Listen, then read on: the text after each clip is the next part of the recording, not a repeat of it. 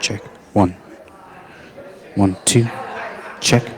1, 2, cool. Check. 1, 2.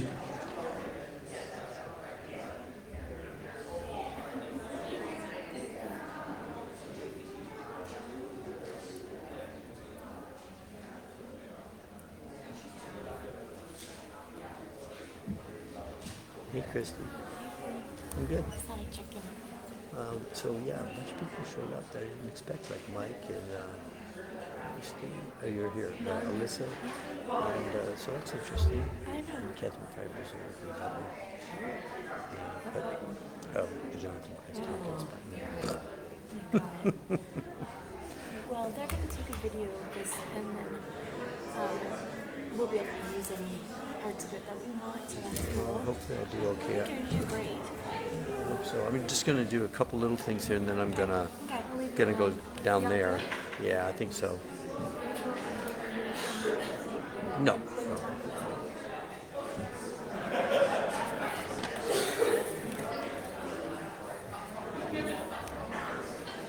I had to see supersized font. Well, you know, I can hardly read this. I'm doing this. Amber prints out the thing. I'm like, Well, your little 13 font. That's so sweet. That's so sweet. I can't. Do you not understand that I am an adult? That's right. So I was saying this to the president. Yeah. I have this terrible allergy that makes my eye weak. And it's only this time of year. It's just like, why now? So I've got to constantly do this. And it's so frustrating. But it didn't seem to hurt at the SEM.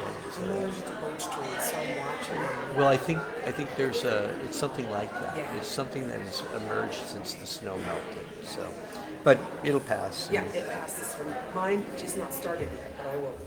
I just start preparing to start the doubling of the drugs. That's the only way to do it. Yeah.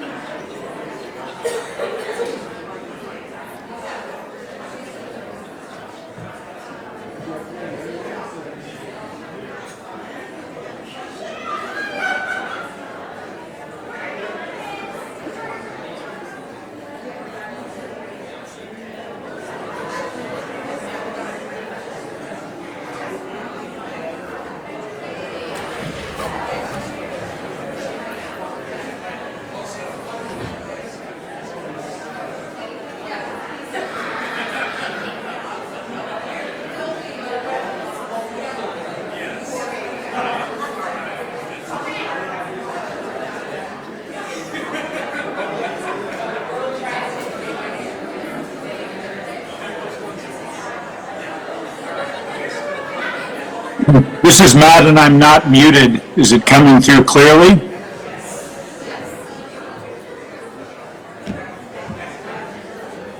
I don't know if you can hear me, Matt, but yeah, we can hear you. I can hear you. All right. All right, folks, we are going to just give everybody a chance to come to the stage. I think we are waiting one candidate. She might be out there greeting folks in the lobby.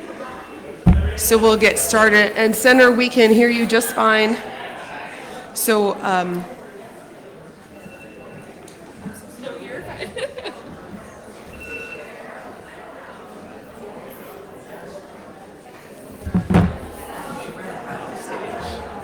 hat. I wanted to see my haircut like yours.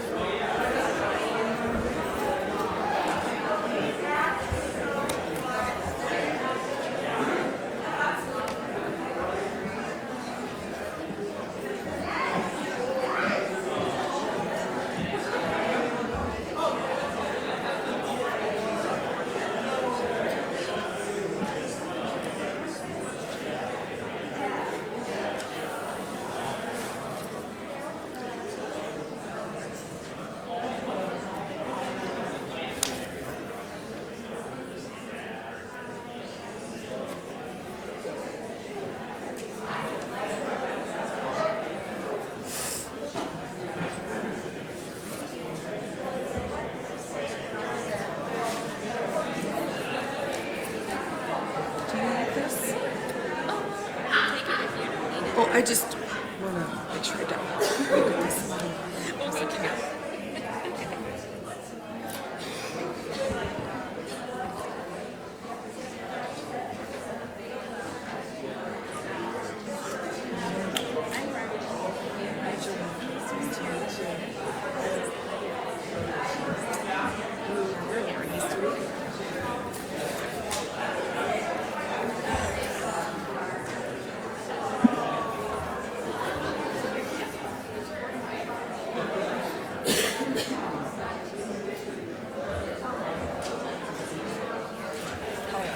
How you doing? You look nice. Thank you. So do you.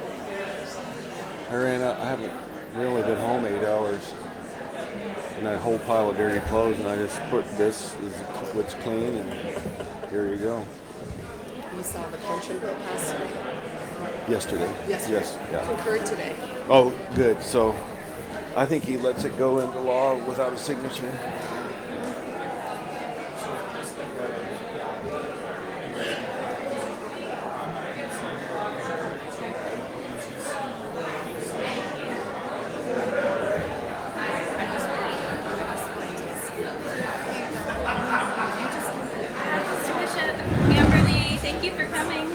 My pleasure. Yeah, I've got, so there's water that's there for you. Yep.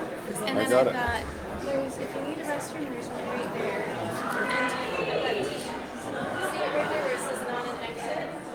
And I've got, do you need tissues? I've got tissues over here too. Well, I might need some more of those later. 'Cause Okay. we've been in DC and the pollen has Oh, that's what Tom says, his allergies. there's kind of some I'll put it between you two. show. So, is there a Q&A from the floor? The questions are coming from right here. There are 5, 6 designated questions. And I will announce them and they'll come up and read the question. That's how it's going to work. It's not for me. They're pre-planned questions. Just trying to keep it tight. Oh, okay, that's fine. You know, because that's All right. Maybe we could have the candidates make their way. Fantastic. We get to sit next to each other all the time. in these Yeah, things. it's like on the board at in the Senate floor, you're ahead of me. Well, the Lions. Yeah, you know, thank sat you. next to each other. Oh, that's true. That's true. Well, maybe that's why they did this. Is that why they did this? Keep the streak alive. Maybe. Click. We did. I'm sorry. Well, look at you guys, so silent, ready to go. You're ready for a fun evening talking to our wonderful candidates for governor? My name's Joelle Hall. I'm the moderator for tonight. This is Ryan. And we are going to help facilitate this conversation tonight. I would love to first give a land acknowledgement, and my personal tradition for land acknowledgements is to say we are here today on the land of the Dena'ina people, the first people to care for their elders, to care for the sick, and to care for their children on this land, which is what we're going to talk about tonight. So we respectfully appreciate their stewardship and their vision for how to build community, because that's what we're doing here tonight. We are here tonight to talk about Medicaid, primarily. There might be some other subject matters, but Medicaid's the main point. We believe that Alaskans deserve to hear directly from the candidates and where they stand on Medicaid and the future of healthcare in our state. We sent all the candidates a survey asking them if they would protect Medicaid. Those who took the time to respond to the questionnaire were viable candidates and that indicated that they would protect Medicaid are here tonight. The goal is to give voters a clear and comparable information on how each candidate will protect and strengthen access to care.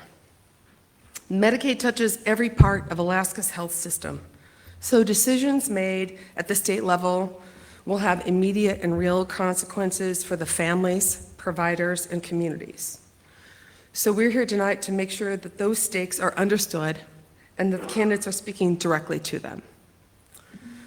Medicaid matters in Alaska for many, many reasons. I'm here tonight on behalf, I work for the Alaska AFL-CIO. We are one of the sponsors of tonight's event. The Alaska Labor Movement has partnered with many of the sponsors of tonight's event, as well as other communities, to expand Medicaid, to establish and defend the Affordable Care Act, and against the recent attacks on healthcare. We do this because in the labor movement, it's pretty simple. We believe healthcare is a human right. Yes. Medicaid covers over 230,000 Alaskans, children, seniors, people with disabilities, and working families. In many communities, especially rural Alaska, Medicaid is the backbone of the entire healthcare system. It keeps clinics open, supports hospitals, and funds behavioral health services. Without it, access to care doesn't just shrink, it disappears in some places. Medicaid affects all of us, every single one of us. It doesn't matter if you have the best health care in the world, if there isn't a facility for you to go to because the Medicaid basement, the Medicaid foundation is gone, your beautiful, fabulous health care is in jeopardy. Medicaid, we are all in partnership with our fellow citizens who are on Medicaid and the system that supports us all. So tonight is about whether a parent can take their child to a doctor, about whether a senior can stay in their community, or whether someone in crisis can get treatment. I'm going to go over the format really quickly. We'll keep things moving really quickly for everybody and keep it structured to ensure fairness and have consistency. Each candidate will have equal time to respond to a question. We have a mix of questions from the moderator and invited community voices to reflect the breadth and the impact of Medicaid across Alaska. The goal is simple: to keep the conversation focused, respectful, and informative so voters can walk away with a clear understanding of where each candidate stands. Each candidate will have 2 minutes to introduce themselves. A note for Senator Claman, there's a time limit on some of these responses, of course. Everyone at the table can see Joey, who's going to hold up a sign that has the time limit. You can't see Joey, Senator, so I will just give you an indication of when your time's up. If you're running long, if you don't mind, I'll just have to tell you to 30 seconds and stop. Is that okay, Senator? I guess Joey's not going to stand in front of the TV screen, so that'll work. Yeah, perfect. Okay, just so everybody's clear, if I'm rudely talking over him, that's why, and not over other people. Okay, so the first question, I get to ask the first question. When Congress proposed cuts, and, oh, hey, I don't ask questions yet. You can introduce yourself. I was jumping ahead. Okay, well, I won't do that. Instead, we're going to ask you, East, to introduce yourself. Tell us about a person or a moment that shaped your understanding about why Medicaid matters in Alaska. You do have 2 minutes. We're going to start from Tom, and we'll go. Matt will be last. So 2 minutes. Who are you, and how has Medicaid, your opinion of Medicaid, been shaped by a person or experience? Thank you for that, and thank you all for being here tonight, and Amber, for the organizational work that you did to make this happen. I am Tom Begich. I was born here in Anchorage. For those who don't know, I spent roughly 3 decades working throughout Alaska before I was ever elected to the state Senate. I worked in the fields of mental health, substance use prevention, juvenile justice and delinquency prevention, as well as suicide prevention. But my connection to Medicaid, and by the way, you'll learn more about my life as we go through this. My connection to Medicaid comes from actually early in my life, when my nephew was born as a spina bifida baby. In that birth, my sister was a single mom at 19 years old. Her job was to not just raise that child, but to be a caregiver for that child. If it wasn't for Medicaid and Medicaid services, he would not be alive today. Today, he is a functioning adult. He was able to eventually complete high school. If it wasn't for that safety net, that would not have been possible. I said earlier today to some folks, my sister was a welfare to work mom who ended up becoming the principal at McLaughlin, Avail, and at Step Up, 3 programs here that are changing the lives of children who are in high school every day. That comes from the ability to have Medicaid give us that safety net that allows a parent to raise their own child and care for their own child. That's my personal connection. We'll talk more about that later. Click. Thank you, and thanks for the invitation, and good evening now, everyone. I'm sorry I've been on 3 different time zones in the last 10 days, so please forgive me if I don't know where I'm at or what time it is. But I'm going to stick to the script here. My name is Click Bishop. I spent my life working across Alaska from one end to the other. I'm a 51-year member of the Operating Engineers, Local 302. Been married 50 years come June 26th, and I've spent 18 years in public service in Juneau, and I didn't seek it out, it sought me out, and then I've worked with some of the people sitting here in the audience a long time ago. With that being said, what shaped my understanding of Medicaid wasn't one moment. It was years of seeing how hard it was for Alaskans to access care, and has been a senator for 12 years. My office fielded numerous problems with people getting access to Medicaid. And I just was blessed to have a chief of staff that was a division director in HES under Governor Bill Walker. And boom, Aaron, can you take care of this? Because that's your wheelhouse. And at the end of the day, it's hiring the best people that you can bring to the table in this discipline or any disciplines, but tonight it's Medicaid, and I'm fortunate that I know where the really good people are in state government and outside of state government. So I lean on their expertise because that's their wheelhouse. But in closing, I'd just like to say, if elected, I want to bring the best people to the team, and that starts with departments, but a department that is fully staffed. So I won't riff on that anymore about the understaffing, but thank you and good evening. Meda. Le ka klenach Meda DeWitt yuchat do a sock linge klenach zetzinak yuchat do a sock nanyaina chatsati kachari yedi chatsati shtakin kwan ayachat. My English name is Meda DeWitt. I am Tlingit from Wrangell and Yakutat, and I give thanks to the Dena'ina people of the Eklutna tribe for allowing us to live here and work here and play here and cry here and heal here together. Goodness sheesh. If any of you know Tlingit protocol, we have to stand to introduce ourselves. So I was trying to think of one story for Medicaid, and I don't have one story. I have many stories. I have many stories within my family and care. I have many stories of people that when I used to work and provide services to clients and patients, how it was important and changed their life. But the single one that really stuck out to me, for their privacy, I won't say who, but somebody who was I knew and cared for came to me and asked for help. They were in the midst of a heroin addiction and fentanyl and meth. And so I took that serious and assisted that person to seek care. And the system is so slow to get care for people.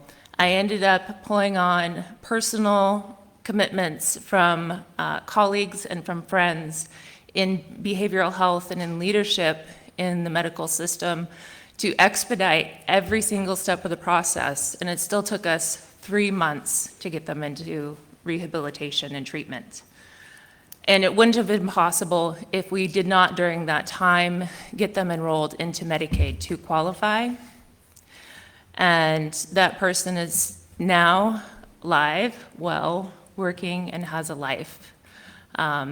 And it was because of everybody pulling together, working together, and getting that care that was necessary to meet that need at the time, because they were so desperate and didn't know how to work through the system that they were actually suicidal. And so that's been 7 years since then. Thank you. Jonathan? I'm Jonathan Kreiss-Tompkins. I'm from Sitka, Alaska, and I was born and raised there. I represented the rural Southeast Alaska island communities in the House of Representatives for a decade, from 2012 through 2022. So Metlakatla and Prince of Wales in the south, and Hoonah and Haines in the north, and all the island and communities in between. The Medicaid story that comes to mind for me is a close friend of mine moved to Sitka when she was young, and as a lot of young people do, sort of, you don't really think about health insurance. It's kind of an afterthought. What do they call them? Young invincibles. But sometimes young invincibles aren't that invincible. And all of a sudden, everything that she would eat would be rejected by her body. She was pretty much down to just a diet of bananas, and lost 10, 15 pounds as a result, and had to stop working because, how to put it, she was either on her bed or in the bathroom, one of the two, and her life was just sort of turned inside out, and she had no idea what was happening to her. And this is post-Affordable Care Act, and her parents didn't have insurance, so she was just uninsured. And she got on Medicaid, and fortunately we had, to Senator Bishop's point, a well-staffed state of government at that point in time, and was able to get Medicaid coverage and be seen, and headed to Anchorage and saw a gastroenterologist and was diagnosed with ulcerative colitis. So it's one of these autoimmune conditions where your body starts to attack itself. And she was able to get on medication, all covered by Medicaid, diagnosis by Medicaid, and get her life back in order, start working again. And I think that story of just feeling like there were no solutions to being able to be healthy again really sort of distills the importance of Medicaid to me. Thank you. Matt? Thank you. I'm Senator Matt Claman, and thank you for letting me join from Juneau, where I'm busy in the legislature the last few weeks of session. I'm a husband and father. My wife, Lisa Rieger, has been involved in lots of nonprofit and other activities in the state. We have 2 children. Our son Ben is an entrepreneur. Our daughter Maya is a nurse practitioner, and I also have a EMT certification along with the other work that I do. And the Medicaid story that I think it's actually a more recent Medicaid story. In 2023, I got an email from a friend, and it was a suicide note. And as I read through the note, I was really struck with how desperate my friend was, and really, obviously, incredibly sad, and also immediately concerned, what are we going to do now? Because we've got to do something. So I contacted folks in emergency services. I knew where she lived. I knew where we could get services. I went and sat a couple of blocks away while emergency services went in, got her out of the apartment. She had overdosed on medication the night before, and it was a minor miracle that she was still alive. They took her to the hospital. She was in the hospital for about 2 weeks. And I was taking care of her dog, which was one of the reasons why I think I got in the email, was we had a trusting relationship from our shared interest in one another's dogs. But it was Medicaid that allowed her to have the medical coverage to work through those sessions in inpatient and then outpatient treatment. And through the long process of recovering and not returning to that kind of suicidal thought that had been so damaging. And she, the bright side now, that was 2023, and the bright side today is she's fully employed, has a job that has benefits, and she's doing very, very well, and is really looking at that as an event in her past that she's not going to repeat. But Medicaid made it possible for her to receive the treatment that she needed. Well, those are all very powerful stories and kind of show the breadth of the importance of Medicaid in our community, doesn't it? Those are great. Thank you very much for those. Now I get to ask the first question. Now it's my turn. All right, everybody. When Congress proposed cuts and threatened access to Medicaid and Medicare and our healthcare infrastructure, Alaska's current governor did not speak out. How will you, as governor, stand up for Alaskans and protect and expand our access to healthcare? I'm going to go to Click first, and then I'm just going to go down the line with these questions, alternating who goes first, all right? So, Click, you're up. Thank you very much for the question. As governor, I won't be silent when federal decisions threaten our health care access in Alaska.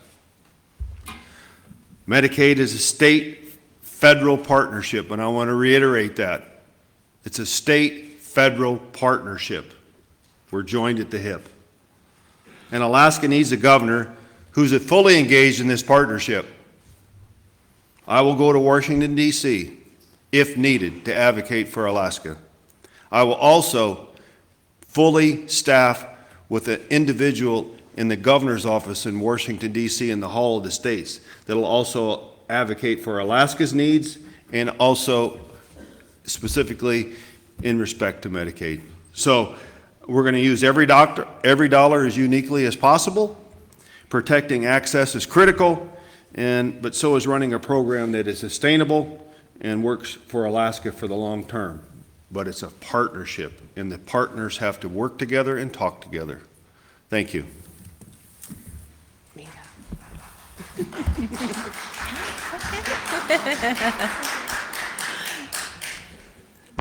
It's okay to clap and show emotion. Nobody's feelings will be hurt. As governor, you are employed to represent the people and what the people want and what they need, and that is something that we have not seen for 8 years. And so, as governor, you are my governing body to tell me, what do you want? And we have heard loud and clear that Alaskans want health care. They want what is rightfully theirs, that is paid into the system. And as a civil society, that we are fiduciary responsibility to take care of our people.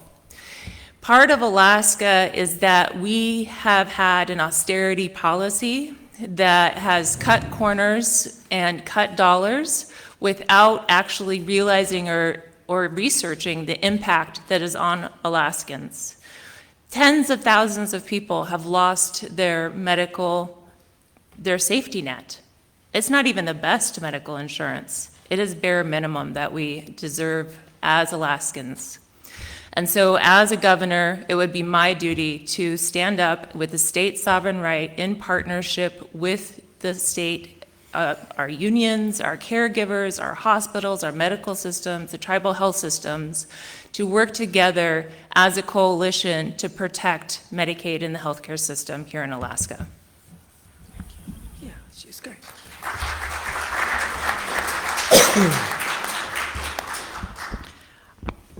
I would take inspiration from the Seattle Seahawks. They've got the 12th man, the Seattle Seahawks, which some of you might be familiar with. And I would like to see the governor be the 4th member of the congressional delegation when it comes to standing up for Alaska when we're getting shortchanged in DC for programs that really make a difference to the state. And that's what happened this last go around with Medicaid. And unfortunately, there was absolutely nothing coming out of the governor's office when it came to standing up for Alaska's best interest.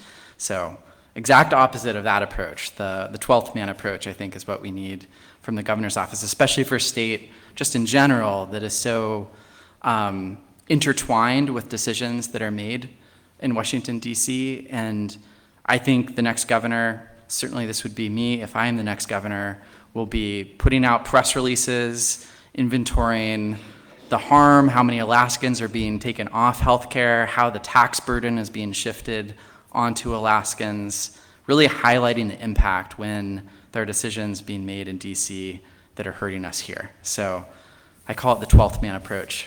I think we've got a good model in Seattle with football. Take it to the governor's office.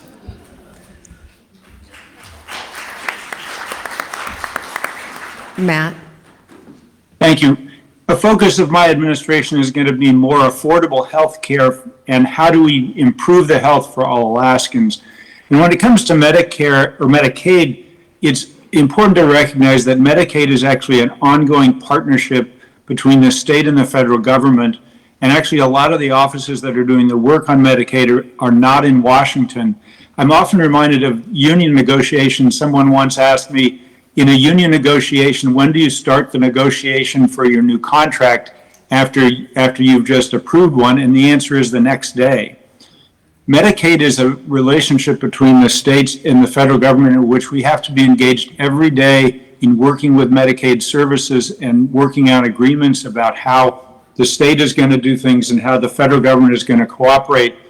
And there's a part of me that wants to say, well, I'm very disappointed with some of the stuff that President Trump has done with Medicaid, but I'm reminded that as governor, my job is to work with whoever is the president and be fully engaged in Medicaid at a lot of detailed policy level areas to keep making sure we get maximum benefit for Medicaid dollars, we get maximum coverage for Medicaid dollars, and we're engaged in the process and engaged in the give and take with the federal government to make sure Alaska gets the best results possible from our work to have more coverage for Alaskans, particularly those who don't have their own health insurance.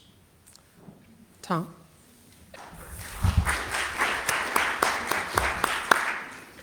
I'm going to take just a slightly different tack than my colleagues, though I agree with much of what's been said. And the idea of the governor being an advocate, of course, is critical in all of these efforts. But the bottom line is we can't rely fully on the federal government anymore. In particular, that it wasn't just Congress that drove this agenda, it was the president that drove this agenda.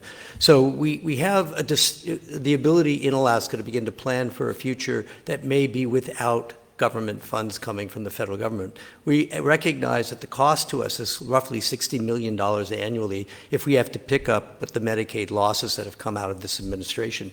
I've talked about taking Section 1331 of the ACA and expanding Medicaid so that we're looking at effectively developing a system like New York or Oregon or Minnesota or DC, where we're actually covering the difference between the minimum Medicaid provided and those folks who fall below the poverty range, so those ACA folks, finding ways to reduce their deductibles and increase their opportunity to access medical care right here in Alaska. We could actually do that. I have a fiscal plan we'll talk about later that helps us get there.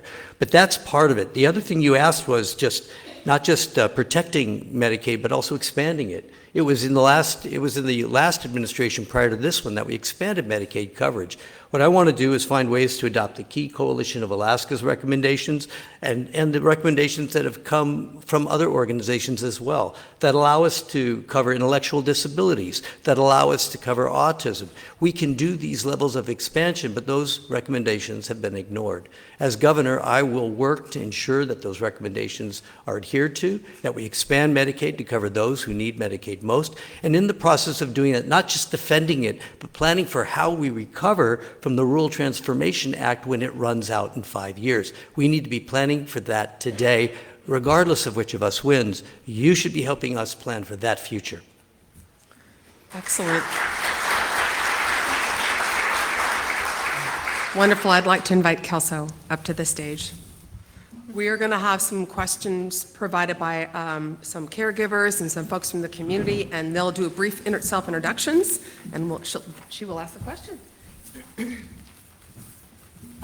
Hello, my name is Kelso Albright. I work at Denali Family Services and have been in the behavioral health field for the last 7 years, where 90% of the services we provide are funded by Medicaid.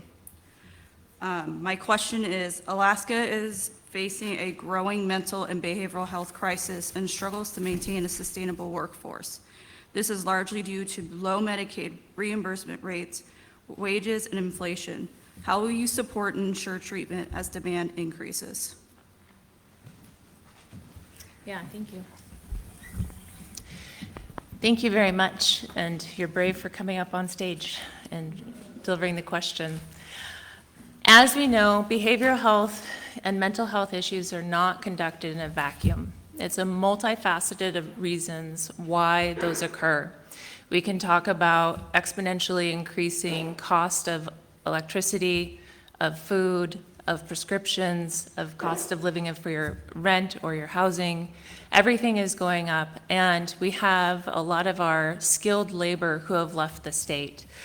Recently, with the last administration and the cuts that were given, they may have been $220-some million in cuts, but with the federal match, we actually lost over $460 million. 8,000 caregiver jobs were cut at that time because of it, and people left the state. So we have to build from the ground up, including creating communities where people actually want to live by addressing safety, by addressing cost of living, by addressing access to health care. All of these things matter when we're wanting to retain skilled labor. And then on top of that, we actually have to value the skilled labor and pay them what they are worth, and include benefits so that they can retire as well and be cared for with their human dignity when they become of an age of need.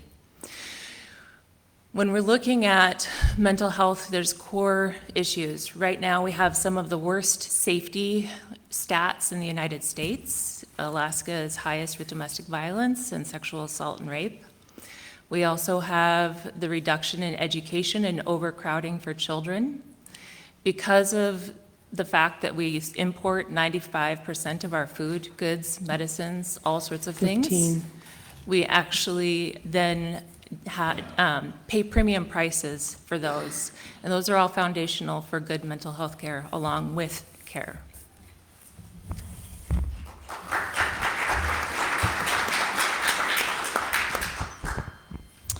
With behavioral and mental health, one of the guiding principles in my mind for the state of Alaska is prevention and early intervention. And the state, I think, has done some pretty good things on that front. But I think that's the principle that we should really be aspiring towards. And I think actually that applies to so many aspects of healthcare. Like get to it early. It will create better outcomes down the line. It often saves money as well. It creates better outcomes for people. So with behavioral and mental health, that's the sort of plain English principle or value I think we should aspire to. The state's done great work over the last 10 years, partnering with the federal government with a Medicaid Section 1115 waiver, which basically just means the state's gonna experiment and try to shift approaches to care for behavioral and mental health away from institutions, away from institutionalization, and towards community-based care where you're trying to get to people before things spiral and compound and get bad. And that's better in terms of the patients and the people who are suffering, mental health problems, and it's also better for the state in terms of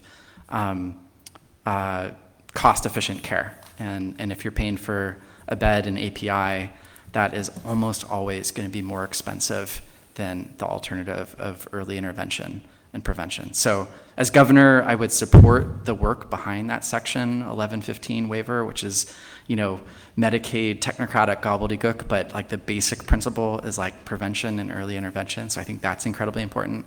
And then I think the other part of your question was can you support caregivers? And I mean, I think just a basic principle is the state needs to be respectful to caregivers and make sure that compensation and reimbursement keeps pace with inflation and keeps pace with the cost of living.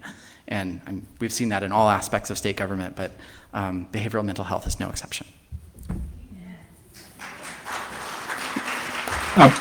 Thank you very much. I have been working a lot on mental health concerns and trying to address in innovative ways in my time in the legislature, and it's been a pretty consistent focus. I'm reminded that a community without health care is a community that can't survive. Jonathan Kreiss-Tompkins raised the 1115 waivers. The 1115 waivers are a critical part of how Medicaid pays for mental health care in the state, and there were two pieces of legislation, one in 2020 that introduced crisis intervention services, and then in 2022 we passed another piece of legislation involving crisis residential care services. Both of these services are largely supported by Medicaid and the 1115 waiver, and I'm pleased to say that Senator Begich, Senator Bishop, and Representative Kreiss-Tompkins all voted for both pieces of legislation, and this was legislation. The crisis intervention was what I introduced, and the crisis residential was work that my office spent tremendous time working through the very, very careful details to increase this kind of coverage for the crisis care in the short term that's not 30-day stays, that's so important to improving mental health care. And the results of that legislation, we're now seeing a crisis residential and intervention being put up by ANTHC on their campus. Providence is working on one. Fairbanks has a crisis intervention in their hospital. They have one in Juneau. In Kotzebue, they're working on installing one. So these are measures that are the part of working with Medicaid, working with the waivers to make sure we have coverage, and then building the institutions in the community that will actually provide that crisis care that's so important. The Alaska Mental Health Trust has taken a real leadership role in pushing the Crisis Now model in Alaska. We've embraced it on the legislative level. It's been embraced by the current administration, and it's been supported on the federal government level with the 1115 waivers. And those are examples of the kind of work that I've already done and will continue to do as governor, which is looking for solutions and making sure those solutions are going to work, and making sure, particularly when it comes to our most challenged economically, that there will be Medicaid support for those services. Thank you. Tom?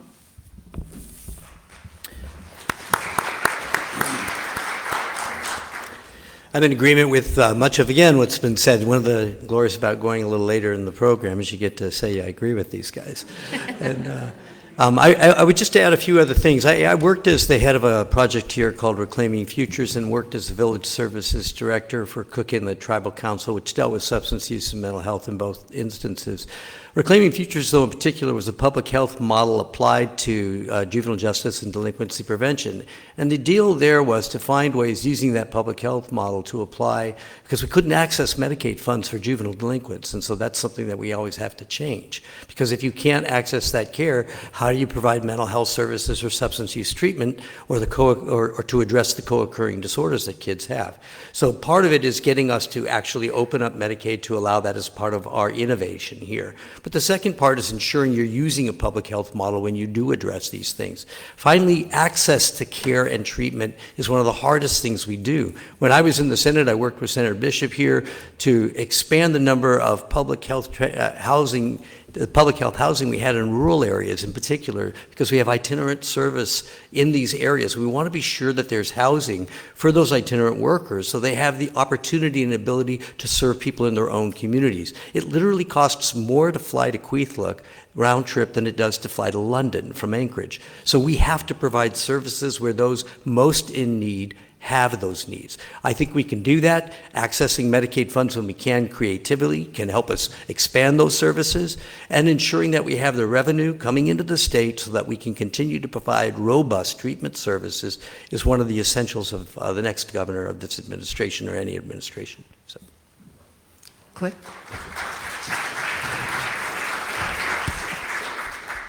I'm smiling because I'm last. I'll concur with Senator Begich. You know, I'm not going to repeat what's been said. Behavioral health issues, healthcare issues in the macro, they're non-denominational. They affect everybody. And I will say that our crisis is real. Obviously, it's real. I was just walking up 4th Avenue today to go to a meeting, and I had a person that grabbed me from behind me walking up 4th Avenue in Anchorage that was definitely in need of some help. And thank God that I am big enough to handle myself, but that person needed help, and it's real, and we need to do that. So there's also smart investment matters, and I support using state resources where it's needed. I don't support using outdated systems. We need to be smarter with our dollars and invest wisely to try to stem the curve in this area of behavioral health. Now, one area that I would like to start is in our public education system, in our schools. We do not have enough behavioral health specialists in our public school systems. And then when you can nip it in the bud in the beginning to get help, it won't manifest later in life. Last thing I'd like to say is I support, and I know you do too, and it is you support your nonprofits that are out there advocating and doing it on their own.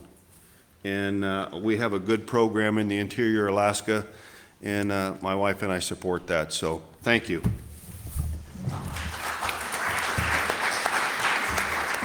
All right, next we're going to be joined in the stage by Kim Anderson. And we're going to have Kim come up and ask the next question.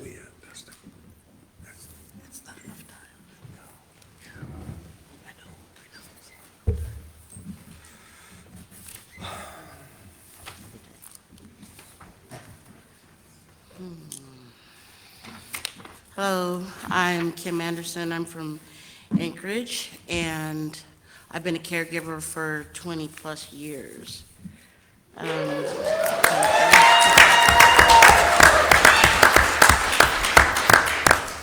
My question is, Alaska's senior population is growing rapidly, and our Medicaid-funded long-term care system is already under strain. What is your plan to ensure seniors can access affordable, quality, long-term care while also supporting a stable, well-paid caregiving workforce?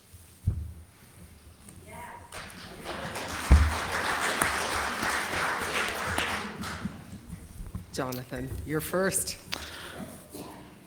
I think the goal is every Alaskan should be able to age with dignity in their home as they would want to, and not be forced into facilities or institutions that have, I think, just inherently less sort of humanity, and also just really, I mean, to the part of the question about long-term care, cost a lot as well. So it's just a lose-lose when you have those outcomes. And I shared this earlier, but I had, my grandmother on my mom's side had the good fortune of being able to age in home until her, final days. I think she sort of went as she wanted.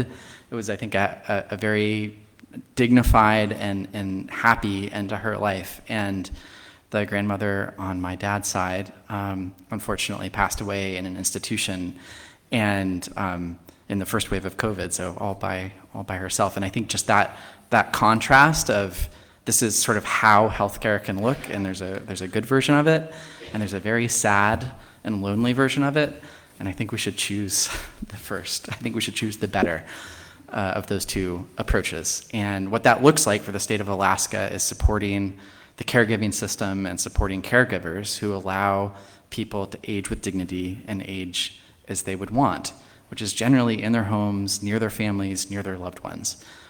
So I think this ties a little bit to the previous question as well, but the state needs to make sure that we are paying caregivers a living wage. I think the state needs to make sure that the intermediary companies that provide this support aren't pocketing more than they should, and that the dollars for caregiving ultimately reach caregivers and ultimately help the people those dollars are supposed to help. And these are state policy calls. And as governor, I would support legislation that ensures that that happens. And right now we've got a governor who, at best it's a jump ball whether the veto pen is going to come out. And for me, I would take great pleasure in signing that legislation.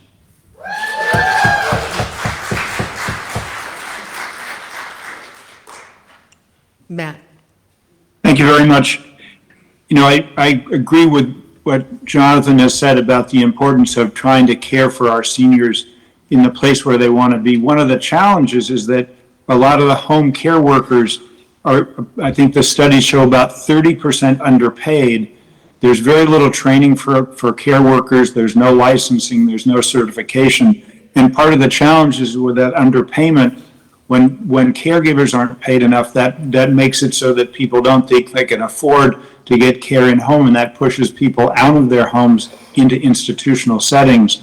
And I think that's a collective effort we need to make to get better training and get better pay for the folks that are providing that essential care. Part of the challenge that we have in Alaska is that after Governor Walker did Medicaid expansion, we've had a governor for the last 7.5 years who didn't support Medicaid expansion. He didn't cancel it, but he hasn't done much to support it. And Alaska is in a challenging situation because a lot of the Medicaid expansion was done by the legislature as a matter of a bill passed in 2017. There has not been a Medicaid-related bill since that time. And there's a lot of the features about how Medicaid can be accessible that in most states is done by administrative means, that the administration can work with the federal government and make those increases without going to the legislature.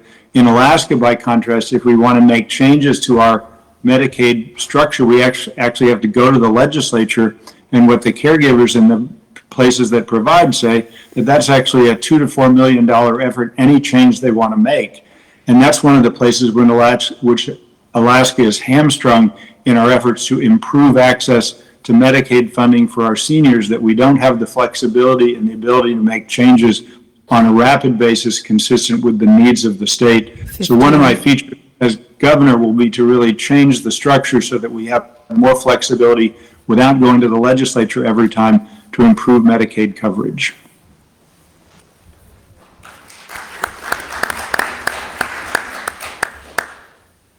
Well, for too long, we've been funding these programs too little, too late, just the same way we do with education, and it doesn't make sense at all. Providing a working wage for those who are in the field and ensuring they have the right to organize, that they have the right to set those conditions, working to develop that new board that will allow them to set the certification and to set the requirements for what it is and what they need and the training that they need to do proper service, but also ensuring that we're providing adequate health care coverage for caregivers and their families are things we can do. We can do those things today by administrative order, as two of the prior speakers have already said, but these steps will, if we do that alongside providing a reasonable rate of reimbursement and then ensuring that we are monitoring that rate of reimbursement to ensure that we do not have fraud, are the two pieces that must happen. You cannot have a high quality, consistent workforce if you don't pay your people well enough. That means we have to increase our provider reimbursement rates for those who do provide, but monitor to ensure that that funding is going directly to those who are providing the care. That's my commitment to you as your next governor. That is exactly what I will do.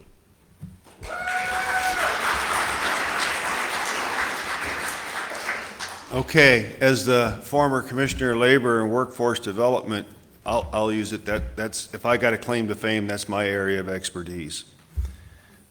13 years in a row, this state has lost the wrong demographic. Those of us sitting in this room are the fastest growing demographic. That's the wrong demographic to take care of the issue that we're talking about in front of us. So how do we encourage young people to stay in Alaska? How do we ensure that caregivers are given consistent quality care across the board, that starts with a curriculum that is approved in this state, so every one of the caregivers is working off the same sheet of music and providing the best care. So I have the ability to plug that in with the University of Alaska, with AvTech, and others, training providers, to get a standard curriculum in place that all caregivers can use, so we're giving the best training. So with that, I would like to end with this. This is where I would support state invested funding with focused outcomes to improve access for caregivers, to grow the workforce with a younger workforce to take care of us seniors. Thank you.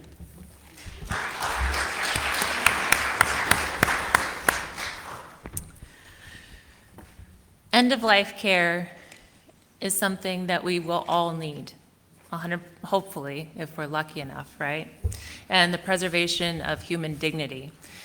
15 years ago, working within the tribal health system, it was projected that the biggest need for care would be long-term care for seniors, because America's population is aging.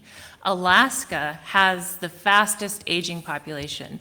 Not that we're expediting aging here, but as Click said, people are leaving. We have skilled trades that are leaving because we have made it a hostile place to be.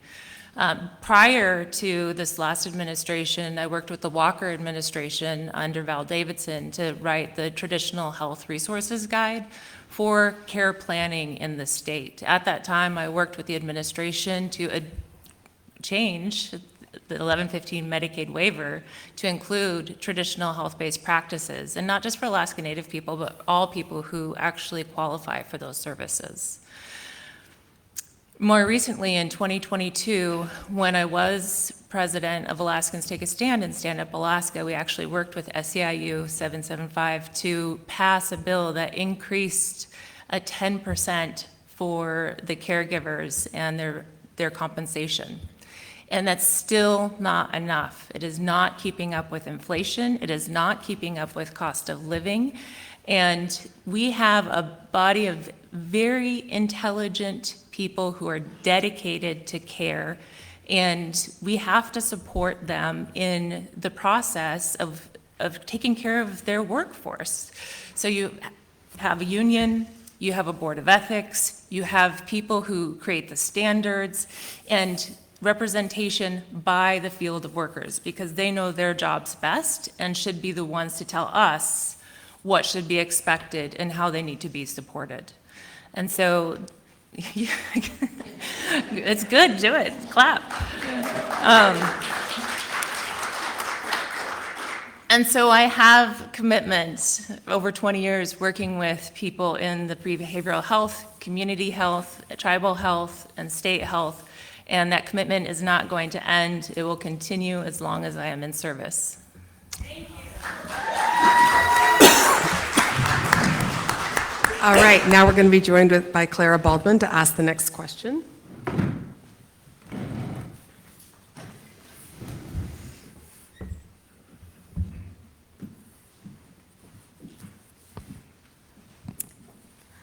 Hello, good evening, everyone. My name is Clara Baldwin. I am deaf. My first language is American Sign Language, and I'm using interpreters this evening so that you can understand me. I do have a question for all of you.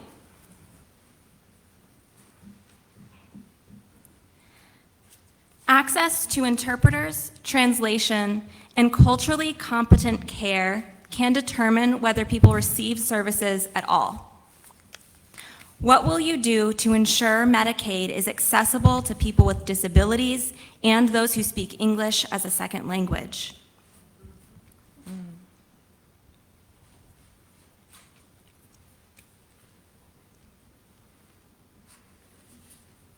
I think Matt is first. So that would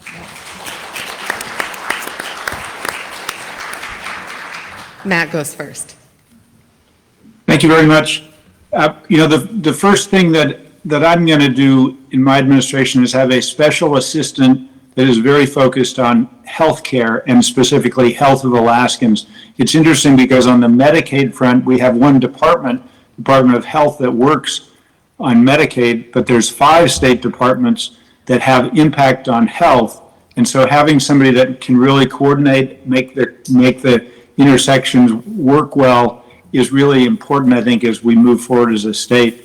I think that Alaska, particularly with native languages, is doing better than many states, but we have a lot more work to do and we can do better than we're doing today, and I'm really committed to doing that. The importance of good language in healthcare, I heard a great story from my daughter when she was working in the emergency room. She told a story about how she's got good Spanish skills, and she says, Dad, I've got good emergency room Spanish skills, but when it comes time to policy discussions, it's not so good.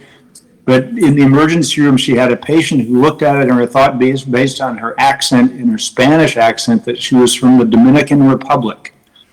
And that was a reminder of the importance of good translation if you're going to get medical services. If you don't have somebody that can understand what you're saying and understand what you're talking about on medical things, it's actually harder and harder to provide the service that folks need. So both between having a special assistant that's going to be focused on health of Alaskans and recognizing the importance of improving our language accessibility, those are 2 things I care deeply about and I'm very committed to as governor.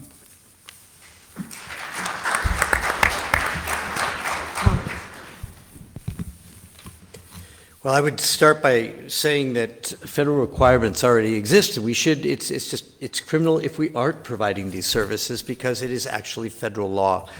Title VI of the Civil Rights Act, and it's taken some hits today, by the way, for those who haven't been watching, but Title VI of the Civil Rights Act does prohibit discrimination based on national origin. Consequently, we do have a requirement and an obligation to ensure that our information is provided in the languages that we need. Now, I represented the most diverse state Senate district in the United States of America with over 103 languages spoken when I served. And it's critical. What I learned in representing those folks that were in my district is I had to work overtime to understand what different communities' needs were, and our state should be able to do exactly the same thing. Representative Kreiss-Tompkins passed a bill that recognizes 20 Alaska Native languages as official languages of this state. At the very least, we should be providing information and access in those languages precisely because there is law behind it. Those are the kinds of things we have an obligation to do. As governor, I'll ensure that that is happening, that we have access to information, that we have access for all of our citizens, and where we don't, we figure out how to provide it, because that is our obligation under the law. And I'm a believer in following the law. So, thank you.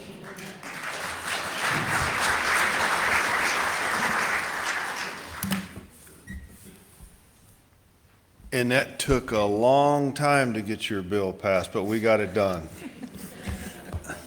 Anyway, with that being said, in Alaska, we do have to access and improve outcomes and language barriers and sign language barriers as well. But we need to target and do a due diligence, because I don't know. I would have to go into the department level and say what is working or what's not working, and we got to improve it. You should also use technology, as Senator Claman made reference to, where the shoe fits, wear it, but make sure that the technology is accessible to everyone, and test drive it and make sure it does work, because we don't want to put out bad information or receive bad information. So you just don't want to launch something without doing the due diligence. At the end of the day, the program only works if people can actually use it. And as coming from a family with 4 deaf cousins, I fully understand the ability of being able to have interpreters and make sure everyone is heard. Thank you.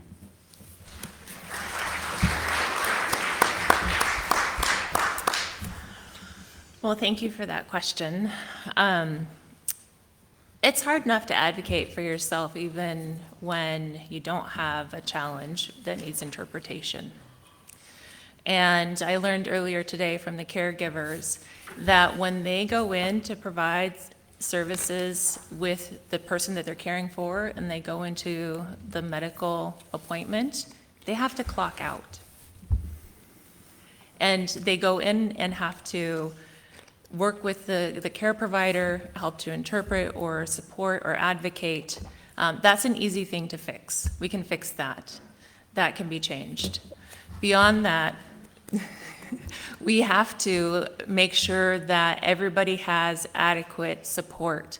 In our Constitution, we have a mandate to not discriminate. And if you are not providing adequate communication, that is discrimination. It's intentional erasure of people. That is not acceptable. And I've been going through the Constitution with a new lens. I know we all had to learn it in high school and nobody actually remembers it. Well, maybe some people. I've been looking through it in a new lens, and what I've found is we have actually one of the best constitutions in the United States. We have not had governors recently that have managed to that. And we have to expect it. Not only do we have the mandate to not discriminate, we also have the mandate to ensure health and well-being of our Alaskan citizens. And we have the mandate to provide education, not any education, but good education. And we also have to work with our communities and our environment in a way that we can sustain the Alaskan way of life into perpetuity. These things are due to you as a citizen of the state. And I believe that management, you're going to get better management. It's going to happen. Alaskans are sick and tired of the austerity policies. Communication is not DEI, it's required.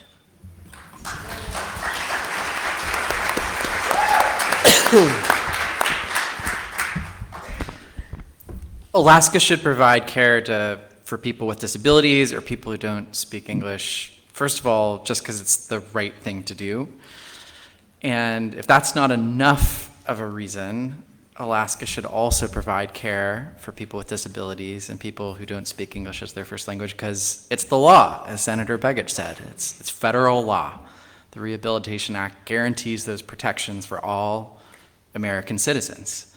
And the state should follow that law and follow the principle of that law. And I think that's especially true in a state with the diversity that we have here in Anchorage, specifically across the state more generally. We have a wonderful tradition of the state of Alaska supporting Medicaid match for tribal health organizations in order to provide translation services in Alaska Native languages in rural Alaska. That's wonderful. That is an example of success. As governor, I would continue to support those kinds of Medicaid match provisions that support those Alaska Native translation services. And right now we have a federal administration, because this Rehabilitation Act that I referenced, that's federal law. We have a federal administration that is trying to erode and weaken and destroy those protections that are so important for Americans with disabilities and Americans who don't speak English as their first language. And right now there is live federal litigation between states and the federal government about whether those protections need to be enforced by the third branch of government, the judiciary. And as governor, I would support the litigation that the state is currently party to, and I think credit where credit's due, that this administration is party to this litigation to sustain those protections for Americans with disabilities and translation services for Americans who don't speak English as their first language when it comes to delivering healthcare to Alaska citizens. All right. All right, we're going to be joined here by Donna Phillips. Ask a question about workforce. Hi, thank you, Joelle. My name is Donna Phillips, and I'm from the Alaska Nurses Association. We represent about 1,700 nurses for collective bargaining here in the state. I've been a nurse for 47 years. I spent 30 years at the ICU at Providence. And COVID was really hard to get through, but my question for you all is, Alaska is facing a critical healthcare workforce vacancies, especially in the Medicaid serving settings. What policies will you implement to recruit, retain, and adequately pay providers? And will you commit to improving reimbursement rates and reducing administrative burdens so the providers can sustainably serve Alaska's Medicaid patients? First, thank you for your service. I very much appreciate that.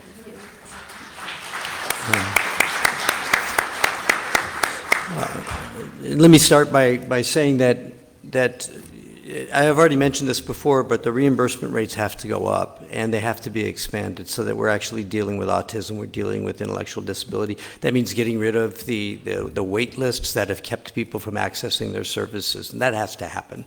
So that's just the first part of a no-brainer in this process. We have to do it. It's not a question of should we or shouldn't we, or what are the resources. Something I shared with the group earlier today, I met with some of the caregivers, was we really have left a lot of money on the table here in the state. We could have passed the internet fee, which the legislature did vote for last year, $35 million in annual income we could be collecting today. We could have fixed the Hillcorp exception, which would be worth between $100 and $150 million today, and we could be addressing today the oil and gas tax credits. That last piece, the oil and gas tax credits, is worth at least $200 and $250 million by my conservative estimate. The Senate Resources Committee says it's even higher. That is over $400 million we are not collecting today. A governor who can work not just across the aisle, not just within their own coalition, but with all four of the caucuses is what you need. And that is precisely what I did as minority leader. Getting those resources together will allow us to ensure that reimbursement rates are acceptable, that administrative requirements that are too burdensome are removed, that we have in some instances we actually have over-regulation that is ridiculous. Catholic Social Services here in Anchorage must certify for every single location they go to, each time separately, even if the same person is going and providing the service in those different locations. That is unacceptable, and it raises costs and lowers services. So these are some of the things we can do right away. I'll speak more of them in my closing comments because I'm almost out of time. But what we want to do, though, is set those reimbursement rates correctly, ensure that we are vocally supporting our Medicaid system and not just passively supporting it, and finally ensuring that we are passing policies that are fully funded because we can afford to do so.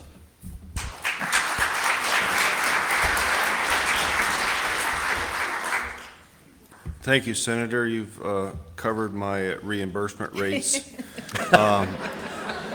I've already talked about workforce development and training in an earlier statement. I will just say, as Commissioner of Labor many years ago, I reached out and worked with AvTech we had a CNA program, and we went, and nursing shortage was the big topic of the day then, and we went and certified and got an RN program, worked with the University of Alaska. So I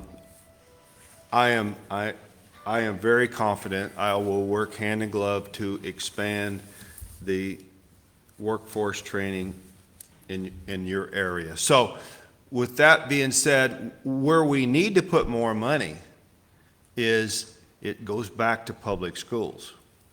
I'm going to increase, if elected, the BSA increase for career and technical education for students. So we get more. Thank you. Okay, so I want to just say in closing on this is about that we got to have a system that works for everyone. And if providers can't stay open, patients lose access, plain and simple. I want to make sure that providers get paid in a timely fashion and not 3 and 4 months down the road. Thank you.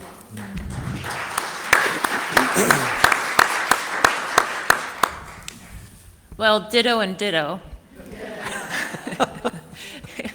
Industry has to pay their fair share. Yeah.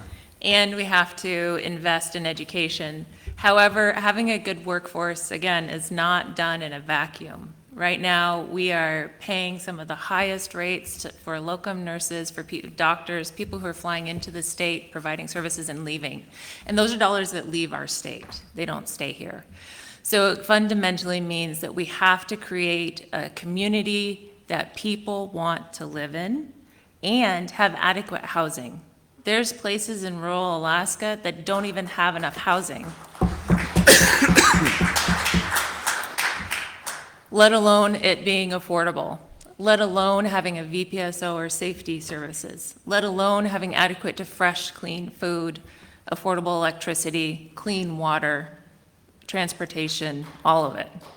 This is a holistic system, and it affects every single skilled labor force in the entire state.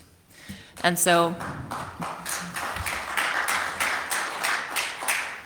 the things that we can address, it's simple. All of you know this. Prevention is always more affordable than crisis management.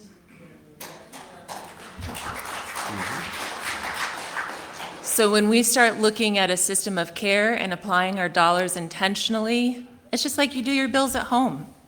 If you don't budget for it and you don't pay early or on time, you know, your insurance, you could pay early and save all sorts of fees and waivers and have 20% off. Or you can wait till it's overdue or lapsed and then pay the higher rates, pay for the renewals, pay for the interest, pay for the fees, blah, blah, blah, blah. You need people who know how to balance a budget in that office and who will invest in the best care possible and community standards necessary.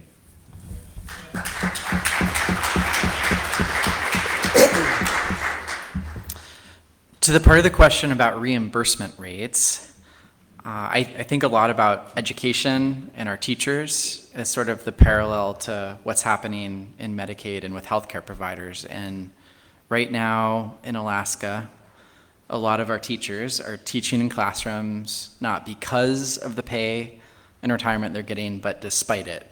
And it's almost financial self-harm for teachers right now in Alaska to serve in that profession.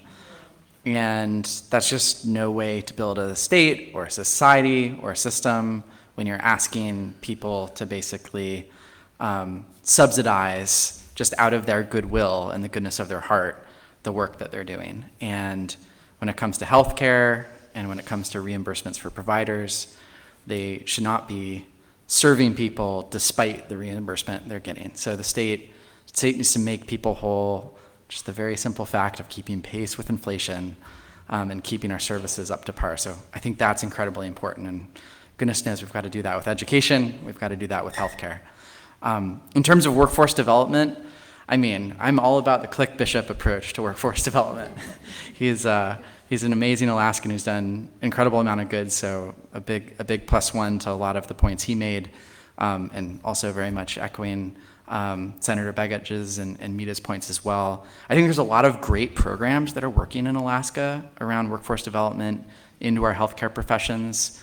In my first term in the legislature, there was a whole sort of political moment, I guess you could say, around the SHARP program. It's just one of these acronyms that would mean very little to any normal person, but it's a program that through loan reimbursements and forgiveness helps get providers into rural Alaska. And there's 97% retention in rural Alaska for providers who are able to access these SHARP benefits. So this is a great program. It's working. Let's run with what works. Continue to support what works. The University of Alaska, I think, has been doing great things around nursing. Anyway, a lot of good things. Continue to support the things that are working well. All right, Matt? And I echo all the concerns and the importance of better workforce development. I think one of the things that we can do better is coordination amongst the different workforce development programs, because a lot of times people will look for training and they'll go to one place and they won't learn where it is better suited for the training that they need. Licensing and certification is also important. I think another part of workforce development is not only the training, but also housing and childcare. Housing is a real problem in a lot of our rural communities. We see those challenges from everywhere from Sitka to Bethel and everywhere else in the state. The need for housing for healthcare workers. And childcare is an important part because many times some of the healthcare workers, without good childcare available, it makes it almost impossible to take the jobs So all these things are tied together. I think another thing that's really important about healthcare and workforce is really a secure workplace. Donna, we worked, I think, in 2018 on a bill to improve protections for healthcare workers and concerns with assault in the healthcare workplace. That was legislation that had broad support in both the House and the Senate, legislation that I sponsored, and it again is an example of how we have to work together and address the myriad concerns that we need to grow our workforce and make the healthcare workforce a place where people can have satisfactory jobs with fair pay and the benefits that make it possible. And I would just note in terms of benefits, I know it's not on the topic today, but really great news in the legislature the last 2 days. We passed a pension for state workers, and it's a reminder of the importance of good benefits in all sectors of the economy, not just state employees, but also healthcare workers, municipal employees, everywhere we look, the importance of good benefits that really build for a stronger community. Thank you. Yes, here to that. Sorry, moment of personal privilege. Yay!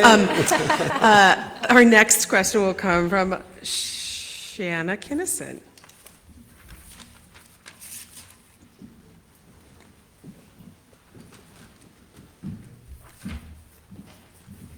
Hello, my name is Shauna Kinnison. I've been a caregiver for 30 years. I live in Haines and I work in Claman. In many rural communities, Medicaid is the backbone of the healthcare system. What would you do to prevent clinic and hospital closures and ensure continued access to care? Sheesh.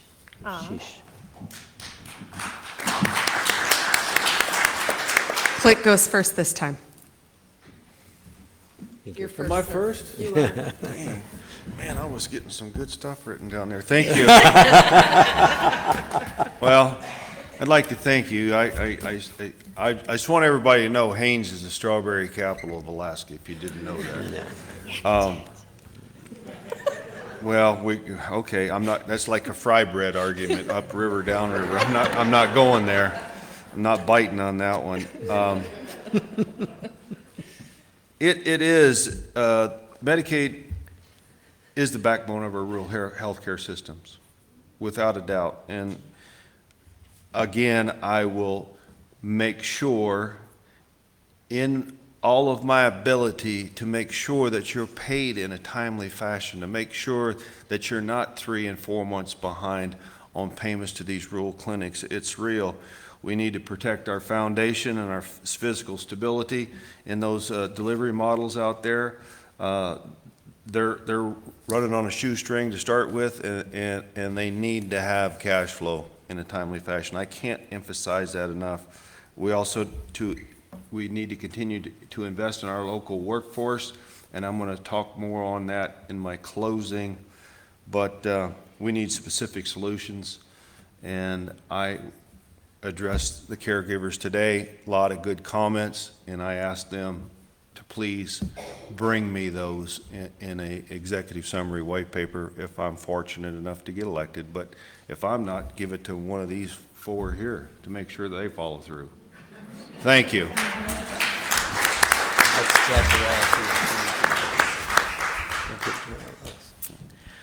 Same. Once I'm in office, let's have a meeting. Bring me your list. In our state, we have a system already in place that delivers statewide services. So for some of you, you may know, and some of you may not know, most of our rural clinics are actually run through the tribal health system. And the state partners with the tribal health systems to provide services to all peoples, regardless of ethnicity.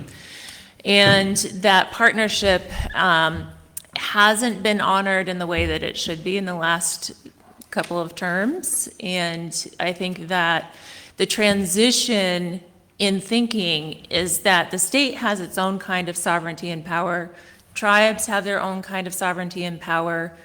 Community health corporations, cities and boroughs. It's time that we actually come to the table and work together. Yeah. These are not our enemies. This is not a bipartisan issue. We are Alaskans first, and we have to take care of each other. And that's part of our ethos and how we survive in the long winters, hard work in the summers, and surviving breakup. Geez, can it be done yet? But that Medicaid reimbursement, expansion of Medicaid, I believe that we need to expand Denali Kid Care and just use our PFD enrollment to automatically enroll children. Right now, we're paying we're paying millions of dollars for people to gatekeep. We're also paying millions of dollars because we have people who are qualified who are not getting services, and we get fined by the feds. So we are paying more money to keep people out than to invite them in and take care of them. If you have a person who is on Medicaid and they're getting preventative care, it's roughly $4,500 a year. If you have people who are surviving, who aren't getting health care, and they get to the point of a chronic illness, and then they can't work, and then they get on Medicaid, it's over $80,000 a year. Okay. 2 years of chronic condition care pays for almost a lifetime worth of health care. Thank you. We can do better. Yes.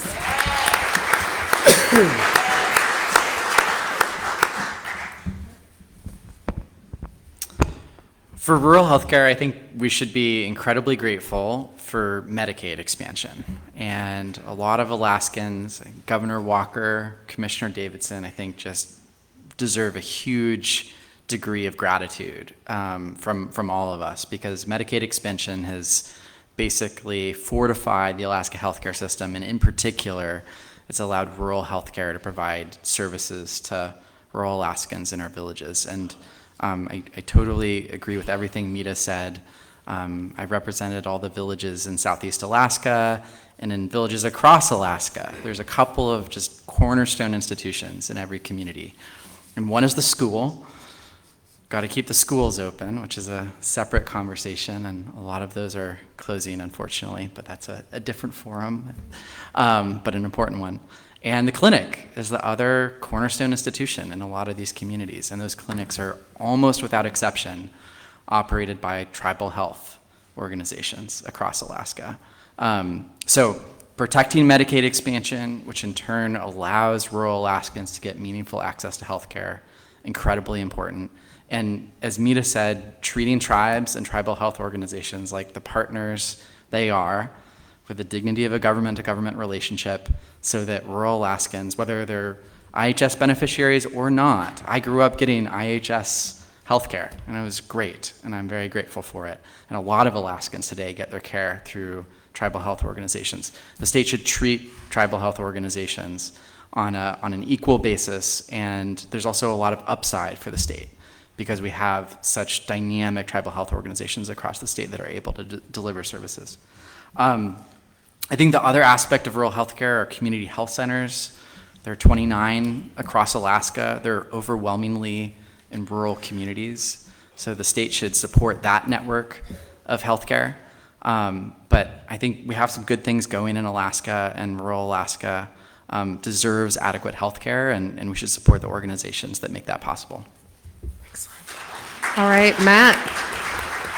Well, I just want to start with agreeing with Meda specifically on the real need for a partnership between the tribal health organizations and the state, and really that's Medicaid. If you look in the rural communities, some folks will look and say, well, it's all tribal health organizations that's providing all the health care, but actually it's a partnership between Medicaid funding and tribal health organizations, and if you lost either of those, if you lost the tribal health, those communities would suffer, and if you lost the Medicaid, those communities would suffer, and we would actually be providing better health care to those rural communities if there's a better partnership between the tribal health organizations and the state.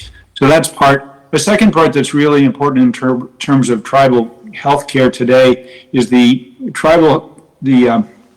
Rural Health Transformation Project. That's a $1.4 billion federal program that's money coming to Alaska this year, $272 million. And at some level, it's a little bit of I'm not sure it's all positive because that money came in because of the cuts that were coming to healthcare subsidies and healthcare support. And I'm not entirely sure that the Rural Health Transformation Project makes up for the loss that we had in the other areas, but these are the funds and the programs that are available. And so it's really important in the governor's office that we be prepared to really make the most of those Rural Health Transformation Project dollars. It's a lot of money, but it also, if you see how much it costs to build a new hospital or build a new wing of a hospital or provide new standards of care, the money could go away very quickly. So it's really important to be very strategic about how we get those rural health transportation dollars shared around the state and working effectively to improve the health for all Alaskans. Thank you. All right, Tom, bring us home. Bring you home. I want to actually riff right off of Senator Claman. The Rural Health Transformation Project, the risk here, that's a 5-year funding stream that comes in, and if we're not preparing for what happens after that funding stream runs out, we are in dire straits. I do not have faith that this federal government is going to stand up for Medicaid. I just don't think they will. We have to be planning that they might not. That's why I brought up at the very beginning of this conversation the importance of taking advantage of the ACA and that provision that New York, Minnesota, Oregon, and DC have taken advantage of to begin to build out our own system now. Not because I don't believe we will have, we won't, I don't believe Medicaid will go away, but we got to have a backup plan, people. We cannot hope that the government is going to continue to provide those resources. While I hope they do, I want to be sure we have a good backup plan, and that backup plan covers those who are falling in the gap, who cannot afford these incredibly high marketplace deductibles we now have to face.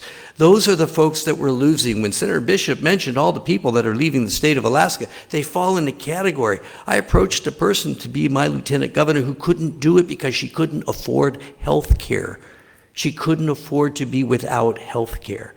This is outrageous. Alaska has the wealth. I described a fiscal plan to you earlier. We have the wealth and capacity and ability to do the right thing, not to just build a sustainable healthcare system, but a thriving one. That is precisely the goal I want to take. I want to be thinking 5 years ahead for what we're doing when that money runs out. I do not want to hope and pray that we'll get another oil boom or we'll get another miracle war that kills people to make us better off. That is a terrible future for us. So let's take it differently.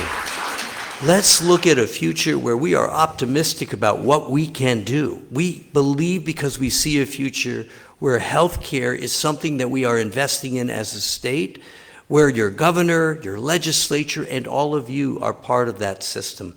That is how we transform Alaska. Make it healthy for young people, make it healthy for older people, make it healthy for infants. That's the Alaska I believe in, and I think it's the Alaska we're heading to if you elect me governor. Thank you. So Tom was foreshadowing the next phase, which is closing comments. We're going to start with Meda. I'm going to just say that we have a little bit of a prompt here. I'm sure they're prepared to give their 3-minute closing remarks, but my prompt here says, what's the most important thing that Alaskans should know about your health care plan? So I'm going to pause for a little bit. I think you knew that question was coming. You're the first, Meda. My personal health care plan. So I resigned from my full-time job to run for governor. So my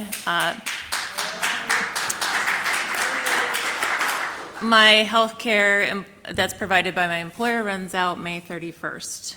However, I do have Alaskan Native tribal health benefits, and I'm very thankful for that, and that's made a complete difference in my life.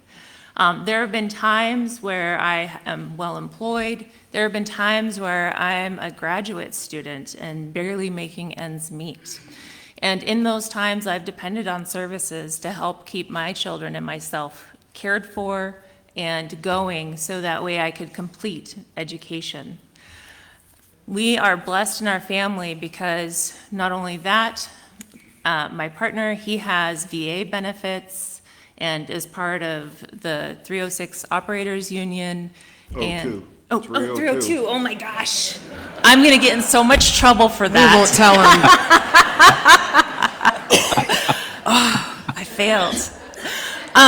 But we have multiple parts of coverage. And so we've been blessed in that way. Not everybody has been, and I understand that. And I've provided care to people as a traditional healer and worked within clinics and provided services and in education for the people who've provided services. So I intimately know the struggles that we face together, and I'm here to work for you.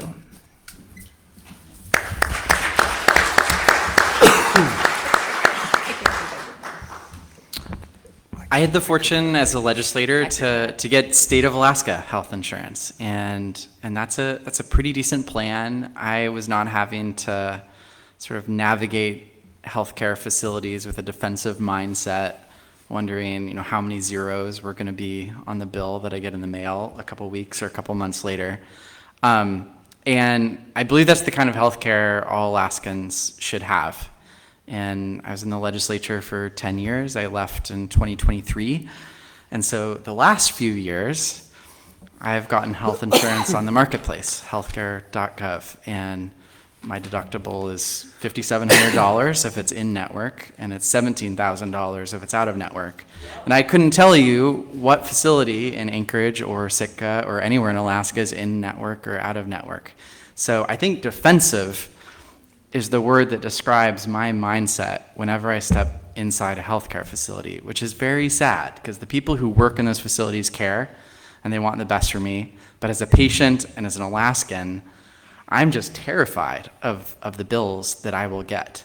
And I did not step inside a healthcare facility once last year because of that defensive mindset. And I think there's sort of two stories here in terms of the kind of healthcare we want for our fellow Alaskans. And I think in this 5-year span, I've been on both sides of that equation. And I certainly know which one I want for myself, which one I want for my fellow Alaskans. And as governor, I'm going to work very hard to make sure Alaskans don't have to live in fear when they step inside a healthcare facility because they don't know if they'll be able to afford the bill that they get, and that they have health insurance and health coverage that actually allows them to get health care that keeps them healthy and able to focus on their lives and their work.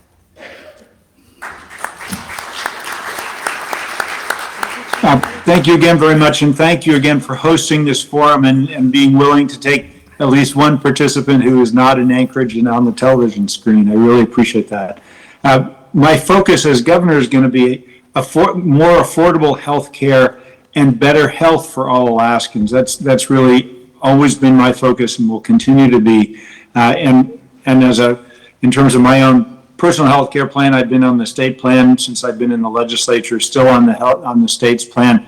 But that causes me to really focus on the importance of really trying to close the gap between Medicaid coverage and insured coverage. We often see a real gap between how much coverage is provided in the Medicaid world and the cost of that, and then a very different world for those that have private health insurance. And I think part of the way we improve health care and improve health is really narrowing that gap so there's not this space between the two, but there's actually a lot of consistency between those who are on Medicaid, those who are on private health insurance, those who are on Medicare, and really make it so that care is accessible to people. It's an appealing place for providers to come and work and provide care for Alaskans. And it's a place where we can be confident that our families are going to have the services available so that we can stay healthy and get care when we have more significant health challenges that hopefully we'll all have minimal health challenges, but we all know those are going to be part of different lives in different ways. But I think the real key is recognizing it's a very complex system. We need people to work together. We need to really have a partnership between tribal government, state government, and really working with the federal government in ways to improve healthcare for Alaska. Thank you.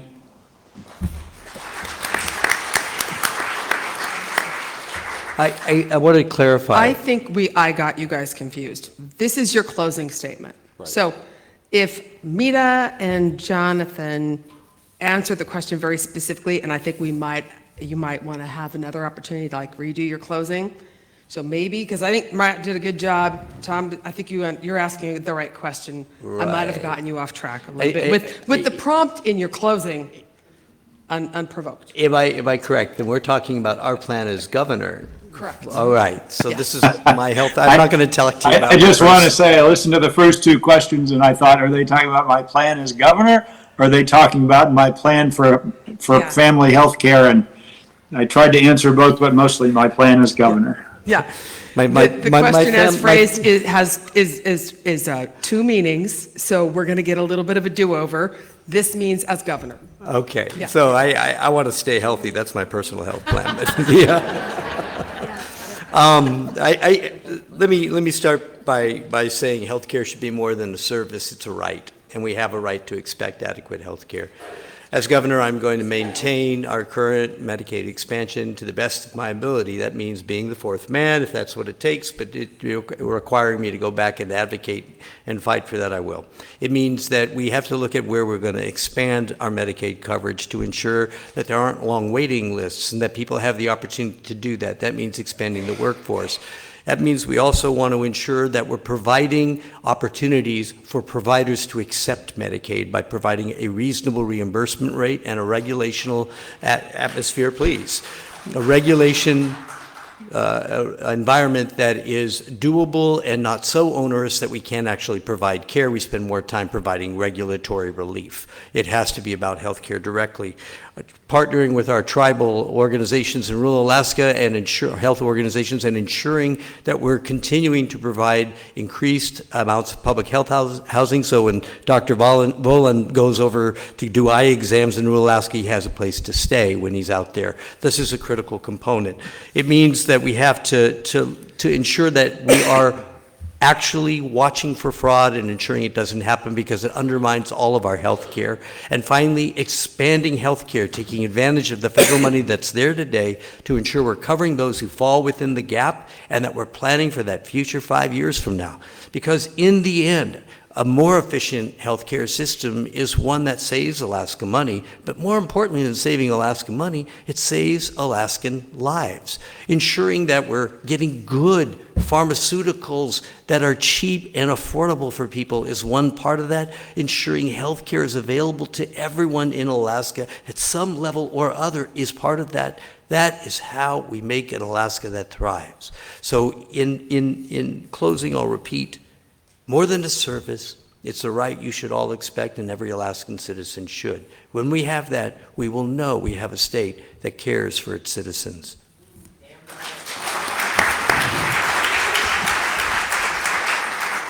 Man, you broke my bubble. I was geared to go on my personal, and I'm going to stay what I'm going to do as governor. Okay. I was ready to roll there.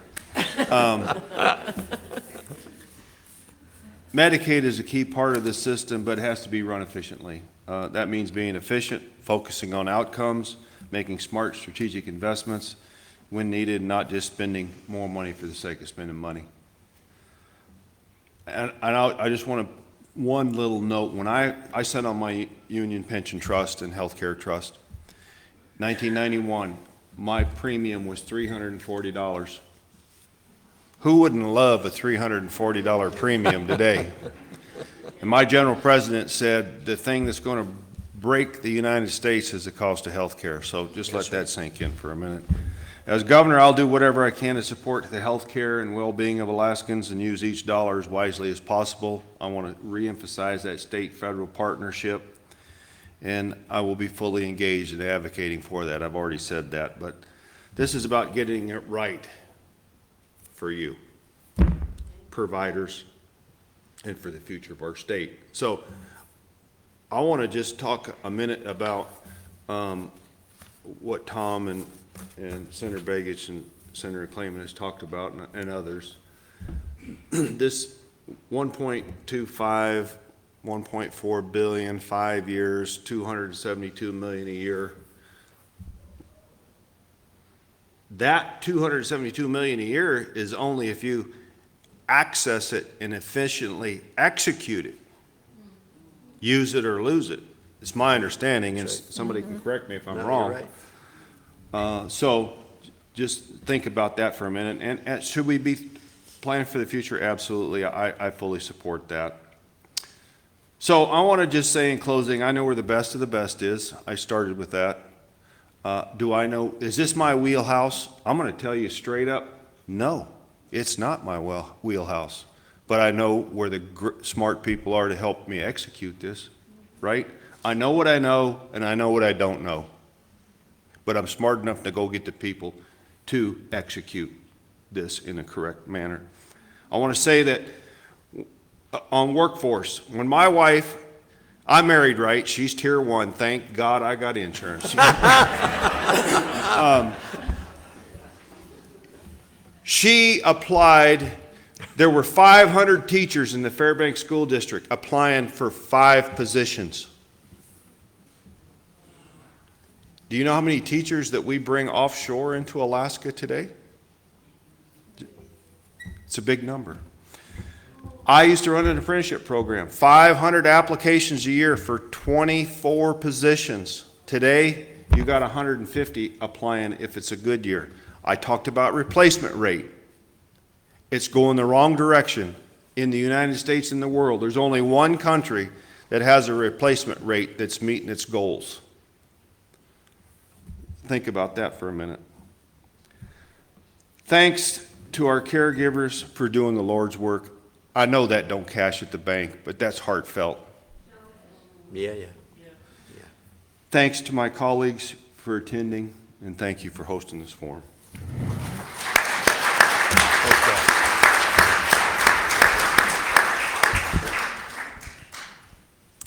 Redo.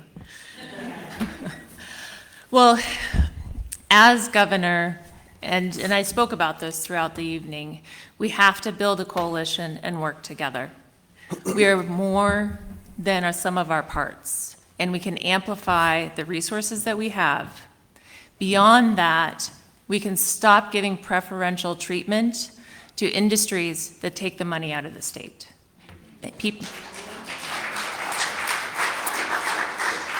People who live here, who commit to Alaska, those are the people that we need to be supporting and rewarding appropriately and prioritizing in our work.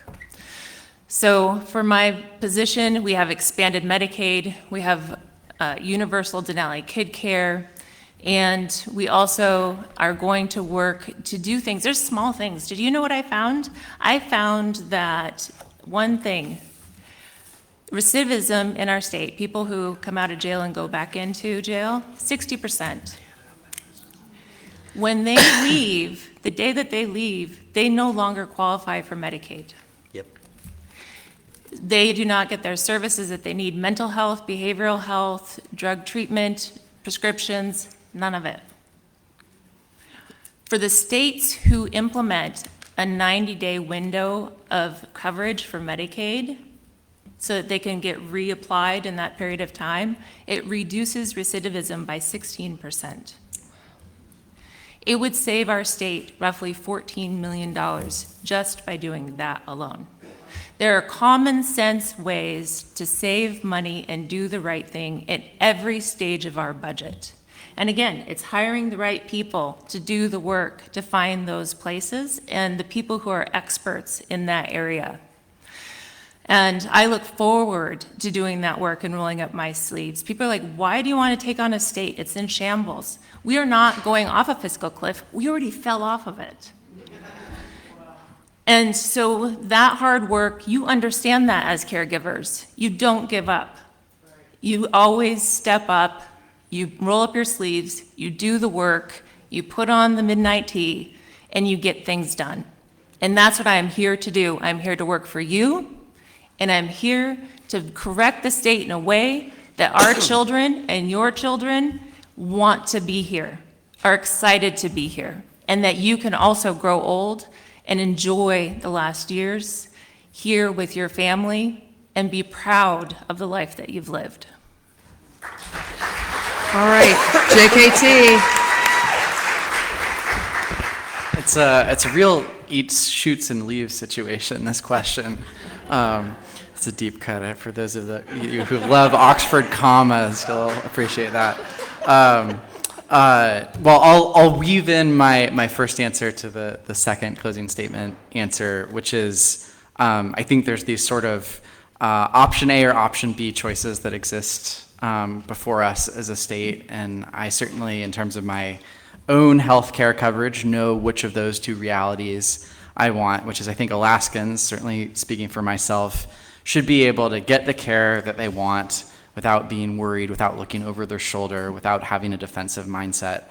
I think sort of one other option A or option B choice that's before us, that the next governor will have a major say in which of the two choices we have is, I think about our elders and how they age and sort of what that process looks like. And our elders can age with dignity in their homes, with their communities, with their loved ones, or we can go the route where there's institutionalization and greater expense, and I think a lack of compassion and humanity in contrast, and I know which of those two I would want for our healthcare system. I think the bottom line is we need to approach healthcare as a right that all Alaskans deserve, and we need to make the policy decisions, the next governor needs to make the policy decisions that make sure that that is real and viable. So getting our fair share from oil, protecting the permanent fund prudently so it can be managed for future generations and support the services like healthcare that Alaskans depend on. So I think Alaskans deserve healthcare as a right, and it's incredibly important that our next governor prioritize that accordingly so that Alaskans can be healthy and contribute to their communities. Well, Alaskans, what an amazing group of 5 people who have come here tonight to talk to you about their vision, their path forward, their experiences, and what I heard loud and clear here tonight is their deep love for this state and their commitment to all of you.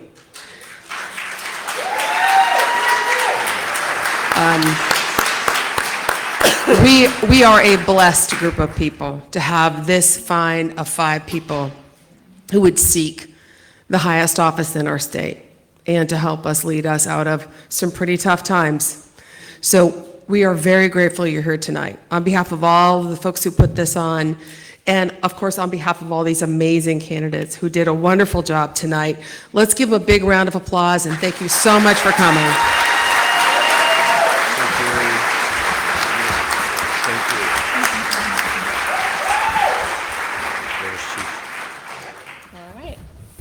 Good night. All right, Meda, so I gotta. Thank you. Good night, everyone. Have a great evening.